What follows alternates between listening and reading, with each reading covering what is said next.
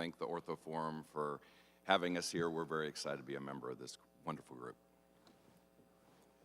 Thanks. My name is Mitch Seaman. I am a retired physician, surgeon from a large group in Denver. I'm a recovering PE doc, but also started a practice coaching docs. Noticed help out docs with elevating from being a doc to a CMO, but also helping docs that have kind of gotten, disruptive docs that have gotten into trouble. So I'm helping them back to normal practice. Hi there, Justin Sherfey, AVORS Medical Group, located in Southern California. Also the managing partner of that group, as well as the partner of United Specialist, which is a physician-led MSO that helps practices stay independent, become efficient, and grow together. So thank you for having me. Good morning. My name is Kimberly Workman, and I'm from Portland, Oregon, orthopedic and fracture specialist. I'm a partner there. I guess I'm a recovering employed physician. I was in an employed large organization for 11 years before making the transition to private practice 9 years ago. So it's been a bit, and it was a wonderful transition. My leadership role in my group is medical director of a fracture program at our hospital. So have to kind of coordinate between hospital leadership, employed APPs that help us run the program, along with the private practice physicians in the group, and very happy to be here. Well, thank you all for being here. Really wonderful. I'll get started we'll start with the negative, we'll end with some positive, but the idea of where do culture problems, like how do you find out that you might have some culture issues? Like where are they showing up? What are the signs of this? So, Bill, I don't know if you want to start also with your story as far as that goes, because that might tee us up nicely. I got a good culture one for you. So a long time ago, I've been in practice almost 30 years, but my first job was not with Sterling Ridge that I started in 2005. I was with a group that I thought I knew. I'd been a volunteer at the hospital in high school and college. I'd worked for this group kind of just as a young kid. Came back, it was coming back home. So I've known these people forever, so I thought. And I joined them, and over the 7 years I was there, if you were on the outside looking in, you'd say, oh, he's a successful doc. I was sports medicine trained, so I was covering 10 to 12 high school football teams. I'm covering Thursday, Friday, Saturday. Super busy, making a lot of money. So on those external, people looking at it would say, oh, he's super successful. But inside I was, I don't want to be melodramatic, but it was affecting my health. It was affecting my marriage. It was affecting my well-being. And I knew something was up, but I felt trapped. I felt trapped because everyone in the room here had delayed gratification. We had a mortgage. I had young kids. And I thought this was my lot in life. It wasn't until my wife said, my wife keeps me she's my feedback coach that you talked about. So, but she sat me down and said, I don't care if we have to sell everything we own, get out. And she was the one person who could be my coach and see that it was affecting me.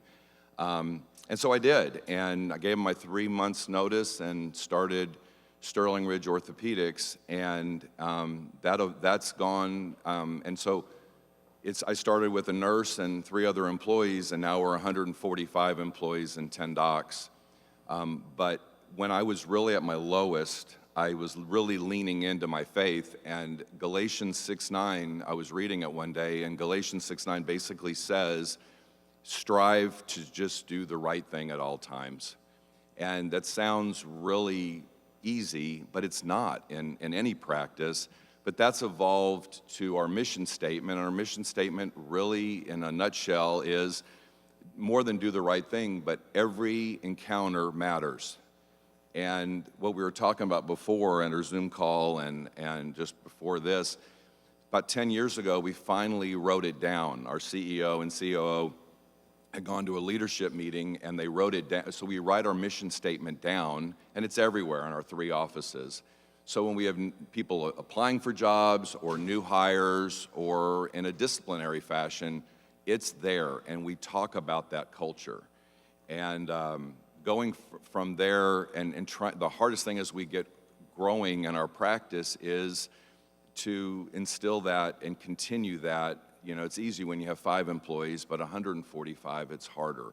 But that's what we're striving to do, is to have our mission statement out there and to come back to it, and we can talk about that when we need to for disciplinary or whatever actions.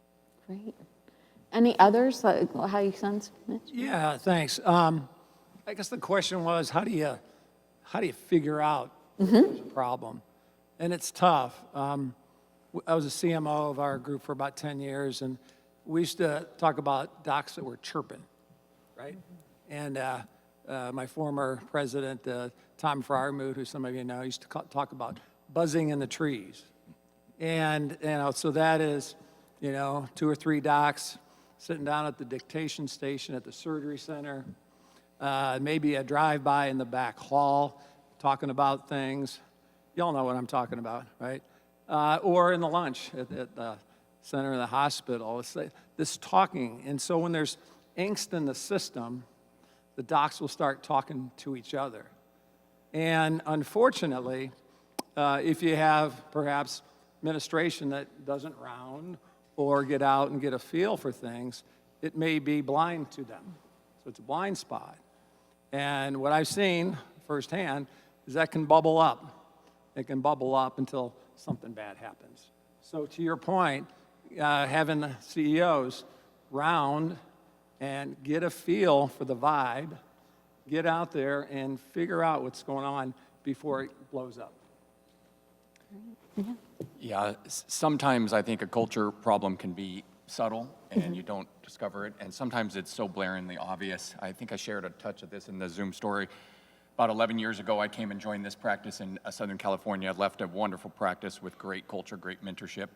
And I remember the first day walking into this new practice, and literally I heard circus music in my head when I looked out over what was happening. Dun, dun, dun, dun. I mean, it was so bad that I refused to learn anybody's name because they were gone 2 to 3 days later.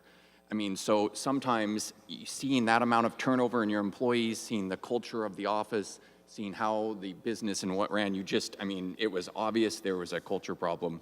And, thank heavens we've addressed that since then. But so sometimes it's blaringly obvious. How about damaging behavior? Like, how do you address this? And Mitch, maybe if you want to get us started on this one, because you've really shifted your career to helping people do this because it can be so challenging. Yeah, thanks for that. It's tough. And I've seen disruptive behavior really damage people's careers. And I've experienced firsthand what you were talking about, how people will shut down when they are talked to in a demeaning manner. I remember back, I was coaching my 6th grade girls basketball team. I didn't know what the heck I was doing. I played basketball in college, didn't know how to coach. But there's a book called Positive Coaching, and what they talked about is that if you're relentlessly positive with people, they'll listen to you. They'll respond to you. Otherwise, they clamp up. And these little 6th grade girls would, clamp up. So I learned a lot from that.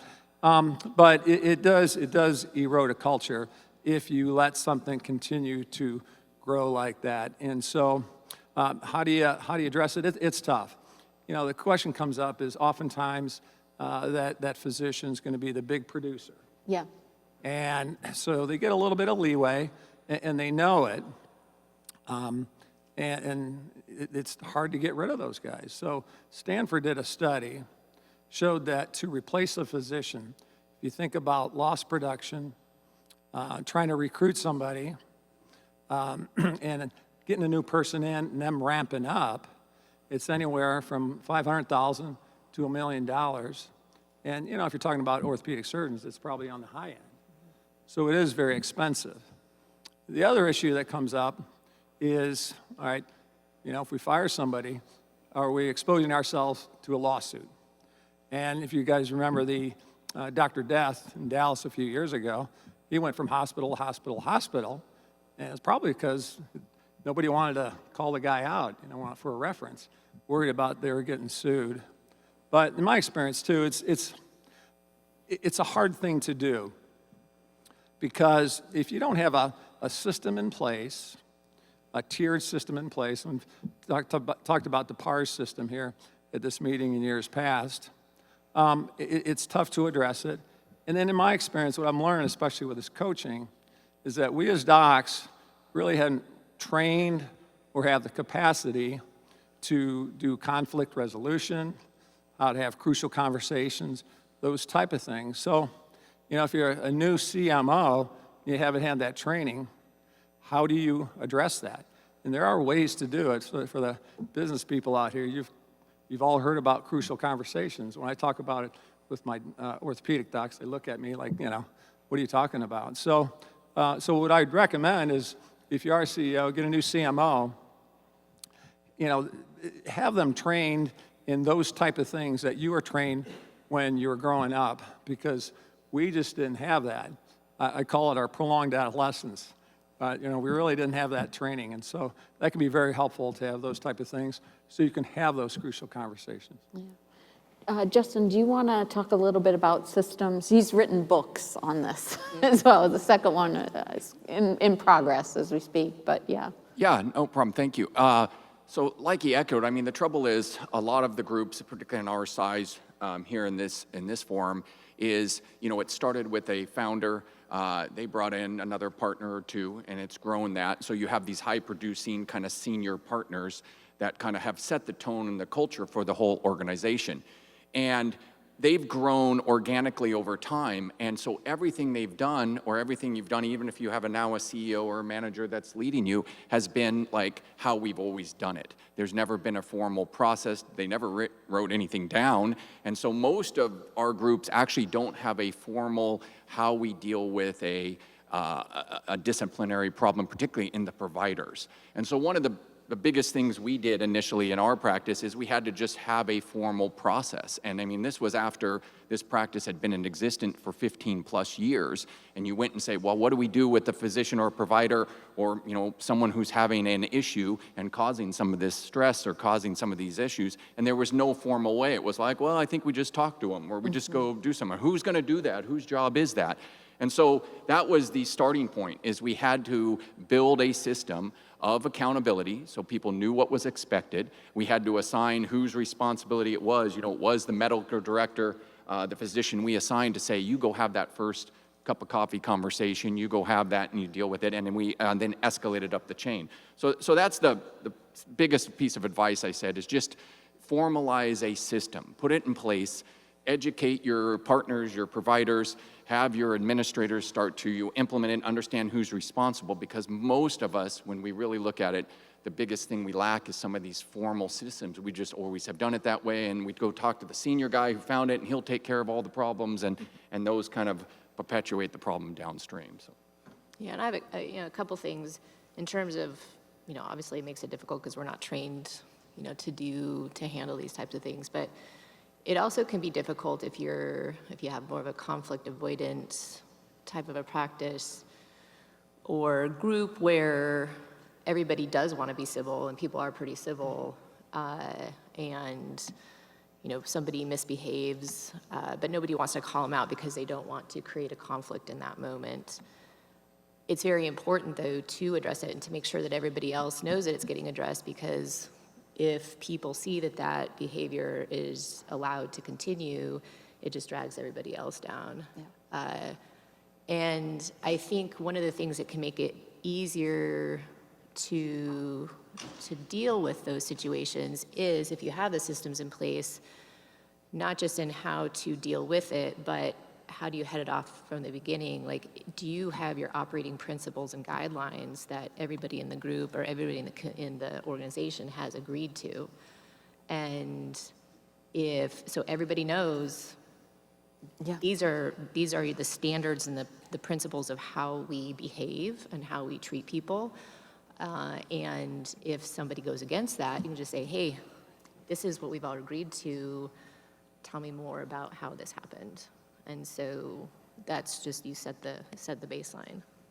And then makes it a lot easier then to go down the path of then how do we address it.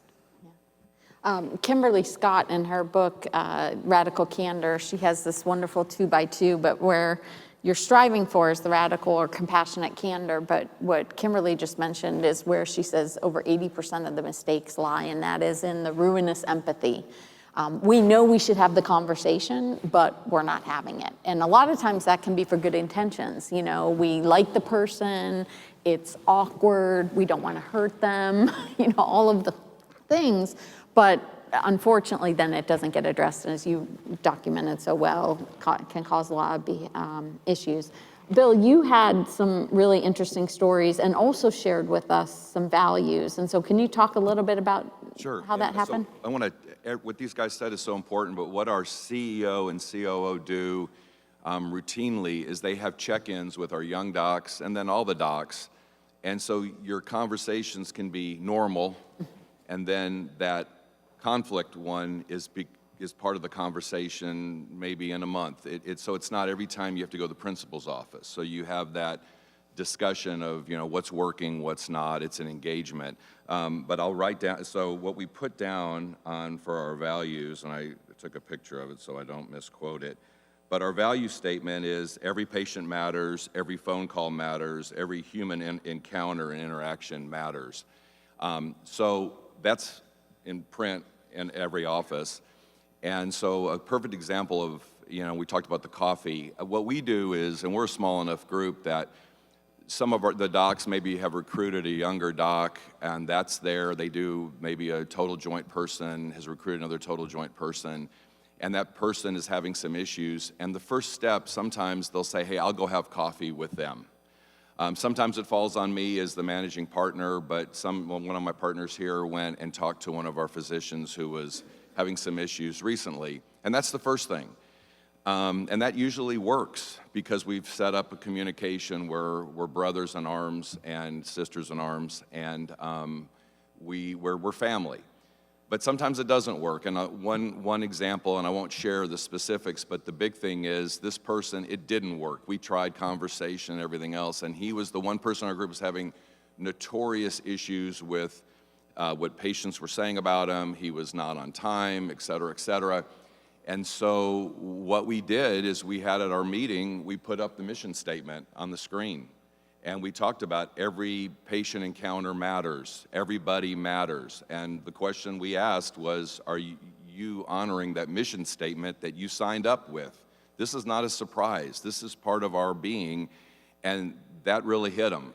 So it's an accountability document that keeps us all hopefully accountable. And just like what we're talking about, it's hard when you're a small group if you have a physician who's a producer and you're having to remove that. And our boss said in our Zoom call, addition by subtraction. And that was really hard. We've had to do that a couple of times in our life. And we're at altitude, we're finally cruising, and all of a sudden, you talked about the financial hit, and you're not at altitude anymore. And we're like, but in the long run, it worked out so much better. It was painful for a year or two, but every year it's getting better because we've tried to adhere to that. I would add to that too. That's great. Thank you for that. But that initial cup of coffee, there's some nuance to it too.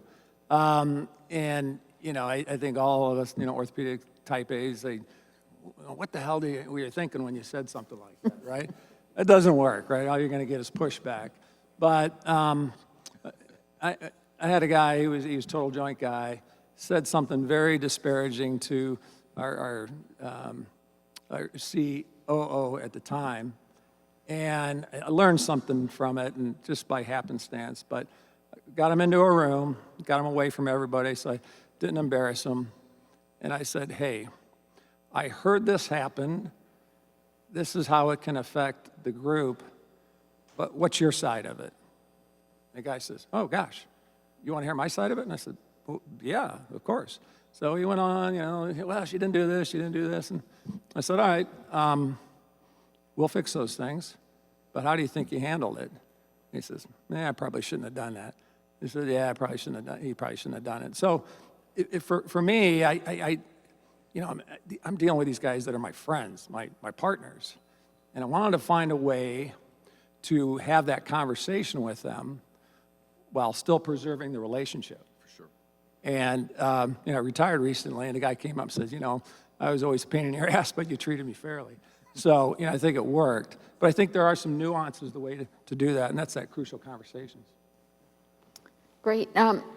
For those groups that want to stay independent, anything generally that can help, whether it's leadership-wise, culture, building community, that you found in your experiences, or comparatively to experiences you've had elsewhere that might help folks? Yeah, I think the trust and autonomy is very important. That was one of the biggest things, you know, that led me to making a career change, is having that feeling of being able to be a part of something that I could help materially contribute to, rather than just being a figurehead, and having partners and leadership, knowing that I could actually, given the right data, that I could then take that data and meld my practice how it suited me and how I worked, but also hopefully also melds with the group and the success of the group. I think when you you know, obviously, you know, we're all type A orthopedic surgeons. We came up in a very competitive environment, and as surgeons, we're used to typically dictating how things go in the operating room, and we don't necessarily take it very well when people tell us what to do. At least I don't. I'm not very good at, like, if somebody tells me what to do, my immediate response is like, well, I don't really want to do that. So having that culture of, yes, there's guardrails. We need to be successful, and this is a hard business. But if you empower the physicians and everybody in the group, the staff, everybody, to, like, this is where we need to get to be successful. Our main overarching principles, we are developing outstanding orthopedic care to our community, and we need to do this to be financially viable in the long term. And these are the guardrails, but you can figure out, like, how you can decide how you get there, or how you help us get there, or you can bring ideas, and everybody gets listened to, and then being part of the decision making that affects the group. Great. Was very important to me, and that continues to be very important to me. Justin, I know you're an expert in this. What do you? Wow, I'm getting a lot of a lot of Yeah, pressure. you've written about a lot of it. Well, I mean, to be successful and to stay independent in our world, as we all know, we're here, you know, medicine is getting more and more difficult to practice. I mean, number one, obviously, we have to provide the best patient care and experience we can, and I think universally we're all doing that, trying to do that. But the big thing I think we're lacking is, to stay successful as an independent practice now, you have to be a good business, okay? You have to develop that side of your practice. And part of that is we don't have to reinvent the wheel. You know, great businesses are out there, and you reference all these in your book, is that we have to now look at what these businesses are doing and start to take some of those tools. And one of them is this community and culture, and what we can do to change the environment of our practice. And I think that's why it's so important to look at businesses now and say, okay, if Google can do it, if Southwest Airlines can do it, you know, maybe there's a part of that we can take and start to implement downstream. And when I look at my MAAs and my back office people, and they're running around seeing as much volume as we see every day, and you realize, how can I keep them motivated and going? And, you know, I can't pay them as much as Amazon can down the road. And so we have to start, you know, changing what our environment is. So practice great medicine, but we have to become great business, you know, leaders as well. And I think that's the biggest thing we can do to help us stay independent. Yeah, is there one piece of advice, a leadership habit or a conversation that attendees can take with them and start practicing next week that might help them in this arena? You have one suggestion, anyone? I mean, I can go first, and I'll pass it down. I think the biggest thing you can do, everybody, you get kind of overwhelmed when you get all this material and you get all these great ideas, and we get so excited and want to bring everything back. And so the simplest thing I think you can start with is just giving some positive feedback. I mean, you're one of the leaders, you're that your whole staff and your partners and everybody look to, and if you just start, like some of other people have mentioned, walk around, if you look at that front office person and say, hey, you're doing a great job, you know, you really do a lot here, we really respect you. I mean, you'll look at them and you'll see their shoulders drop, the tension leaves their face, you know, they get a smile you've never seen because suddenly, you know, the big boss just acknowledged them, just said something. And I think that's the simplest thing to start, and then you can start opening doors for all these bigger projects and things. But if you just take back and start Monday by going through your office and just giving positive feedback to your executives, to your staff, I think that's a huge step forward into kind of changing the culture from the top down. I have to echo that because, you know, when we were asked that, I thought, well, gosh, everybody probably does that. But as I look back, 2 out of our last 3 CEOs did not do that. They would sit in their office, close the door, never came out. And they were the unsuccessful ones. The guy that got out did that. Hey, you know, how's your family doing? And what's your kids doing these days? And then what's working for you and what's not working for you? That really opened up a lot of doors, developed a lot of trust, which is really the respect is one thing, but trust is the other for a leader, right? So one thing we did a couple years ago was create leads at different, so in our physical therapy department, we'd have managers, but then leads and the MAs at the 3 offices, there'd be a lead person. And what that person was, I think in your book you referenced an ambassador. And they have the ability to call huddles within the MAs. So a morning huddle is really nice to, how's everyone doing? This is, you know, it's gonna be a busy day, but, you know, but just getting everyone together for 5 minutes and appreciating them. I want to echo what you said over there about just talking to people. Certain docs, and we try to encourage all our docs, just to walk down the hall to the physical therapy department and you talk to the therapists or the techs or the PTAs, and it makes a huge difference. And in fact, that's what I did when I started at my other job, and we have 5 or 6 therapists that came with me because of that.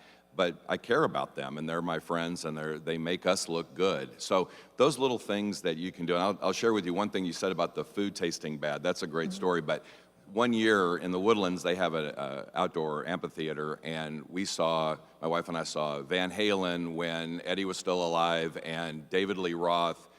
You could tell they all hated each other. The music was fine, but it was the most, and I love classic rock. It's one of the things I love about Ortho Forum. You put the classic rock on, but it was a horrible concert. You could just tell they hated each other. And later that year, Sammy Hagar and Michael Anthony and then his group were playing, and it was so much fun. You could just feel the difference. And that is exactly my first practice, 7 years versus the 21 plus years at this new practice. I really believe patients feel that. They feel that when we care about each other and they're greeted with a smile at the front office. But if you greet them when you get to work early and say, hey, front office, hi guys, how y'all doing? That it really does pay it forward for the patient experience, and it makes a huge difference. Yeah, I'd really agree with that, and that's something that I personally really have to work on because I get in, you know, a lot of this sounds like, oh, that's easy, but you know, you're in the middle of a day and you have a huge clinic and you are zoned, right? And it makes it a lot harder to feel like you have that time or remember to do some of these things. But I do think it's super important, and one of the things that I'm going to be working on is just write down, I got to remember 5 times today, I'm going to say something positive to somebody and recognize whether it's staff member or a partner. And I think that's the other thing is we're talking about a lot with staff, we rarely will recognize our own partners, right? Call them out hey, you did this amazing thing, it was really helpful for whatever. And I think in terms of what you're talking about, in terms of things tasting good because the kitchen's working well, that's really where it starts, right? It starts from the owners, partners, and leadership, and everybody downstream from that's gonna see they're gonna feel that there's that continuity, that connectivity there. And I think that's a little bit more difficult to I think, to remember to do. You know, there's a whole decision fatigue, you know, and I think that a lot of that plays into why we don't do these. We just like automatically expect that our partners know that they're doing a good job. And that's not always the case. We all like getting recognized, right? That's that dopamine hit. The other thing in terms of, you know, even if like you're not necessarily have a leadership position, you do in like your little micro practice with you, your medical assistant, your PA or whatever. And having the conversations with them of like, you know, these I know are some of my blind spots. If I start doing this, call me out on it. Like giving them the permission and letting them know that they can feel confident that they can speak up if they feel like things are getting derailed, that maybe you're not doing your best. And mine definitely do that with me. And it doesn't always feel great in the moment. I'm like, yeah, but you're right, okay.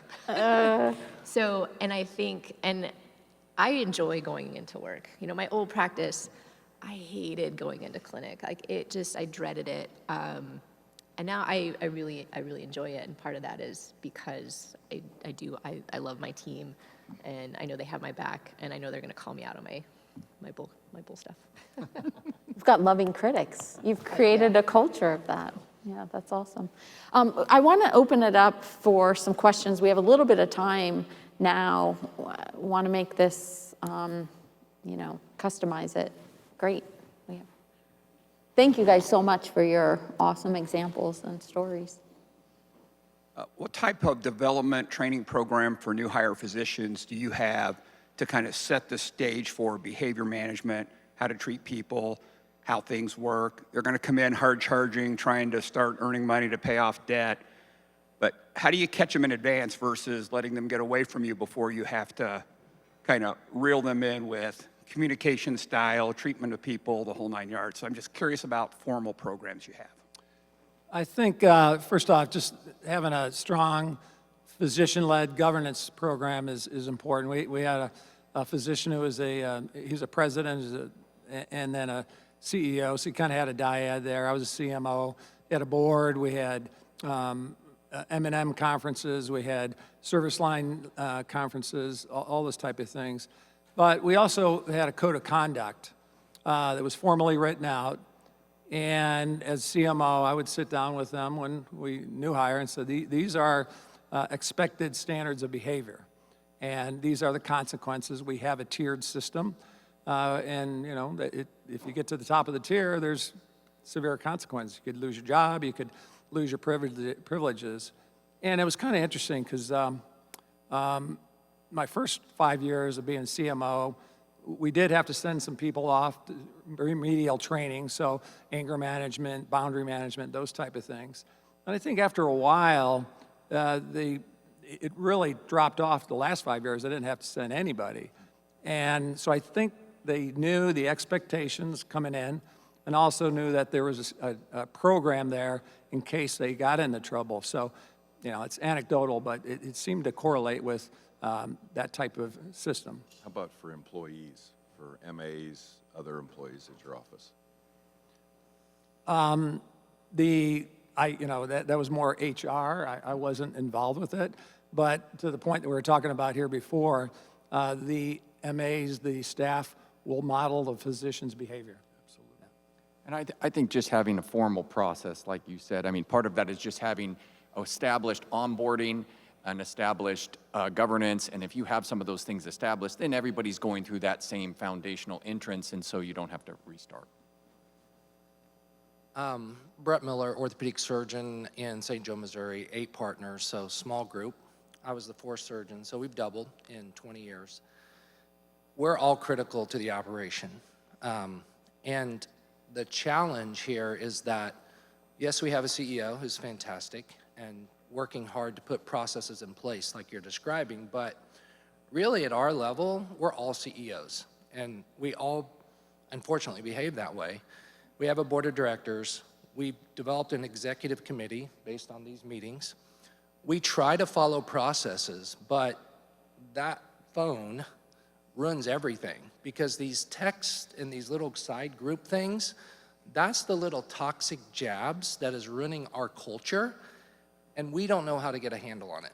And we've reached out to Mitch. I'm going to talk to all of you before this is over. But it's not so in your face. It's very subtle, and it's hard to prove. I mean, I don't want to document things over and over again, but that culture, I want to invite you guys to St. Joe, Missouri, because we need you, but it's really challenging to put a process in place, and when it's so subtle, it's not measurable, that's the problem, so. Are those texts within the 8 of you, so you're getting 3 are texting about one other person, or? Well, everybody has 2 docs in a group, then there's 3, then there's all of us, then there's 1 with the administration. It's just, and they're little things. And we just opened a new surgery center, just opened a second practice location. So there's a lot of stress, right? And we're all trying to move things along. And then we're constantly inundated with new pet projects. We need to execute on X. We have a board meeting, we agree on something, and then a week later, there's more of this chirping that's always behind the scenes. And it's not terrible. We all get along for the most part, but it's a challenge operationally whenever we're all facing the same financial stresses with CMS cuts and all the things. So I think this presentation, I hope it's recorded and we can bring it to our practice and watch it, because it was fantastic and it's data driven. So it's not just he said, she said, it's actually, this is what data shows on how to perform and what it means to your organization. But we want to operationalize this. Are you guys all the same level now within the practice? Yeah, we're all equal partners. We don't have employed docs. Everybody's a partner now. Do you ever have a time where the 8 of you just go have a drink together and We're on the books for August 19th for a strategic planning, but it's really I'm gonna try to turn it into more of one of these kind of sessions. That's what I'd recommend. That's what we did, and it's really helped. So for the partners, we have a little organization, or we call it, we come over to my house because I'm an empty nester now, and we'll have a scotch or a glass of wine or a mineral water or whatever, but we do that 4 times a year at least, and if not more, and it's really grown because for a long time it was hard to keep the guys in their lane, and they would, like you said, the pet projects. And I think once we started getting the trust of each other and we've started to really bond as a brotherhood, it's gotten less. But it's tough, but I would start with that. So in August, where you start with a meeting, let's just get to know each other and kind of figure out our nuances, and then someone can bring up these side texts, or really, we do things on Voxer, which is like a walkie-talkie, and we have all of us on it. We're not doing side little bars, hopefully, maybe, I don't know. But it seems that seems to be where, because one of the guys really got upset if I'm talking to someone else about a surgery center or an issue and he's not included. So now we make sure everyone is included, and that's our solution so far. I think we're going to lead off with this presentation, quite honestly. So it's fantastic, and again, it's data. It's not just touchy-feely stuff, but. And asking them, who do you want to be? What do we want to be in 3 years? Right. Let's talk about that together. Where are we going to go? And then share their dreams and aspirations, but see if we can have a consensus.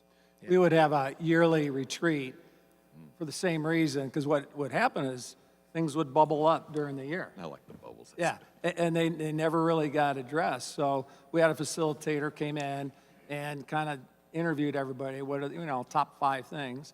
He would set an agenda, and we talk about it at the retreat. And quite honestly, that, Saturday at the retreat was a little bit too much wine. But it was a good bonding thing. And everybody historically says that was the best thing, because, you get, your filter lowers a little bit, and you really get to know each other. So that was very helpful. Yeah, I think a couple of things. One, with the data, right? A lot of us, orthopedic surgeons, you're not supposed to show weakness or touchy-feely, it's kind of survival of the fittest, right? Going through residency and whatnot. If you look at the data, Christina has it in her book clearly laid out, it costs money. So if they're interested in the dollar signs, they need to pay attention to this. And then the other thing is, like, we have a retreat as well, yearly. It's a 2.5-day retreat, and everybody's expected to go. It's off-site, families are invited, so in the evenings, there's group dinners. If you get to know your partners, wives, spouses, husbands, kids, partners, whatever, their dogs, and you do fun things together, it makes it a lot harder to be uncivil to each other when you're back in the practice setting.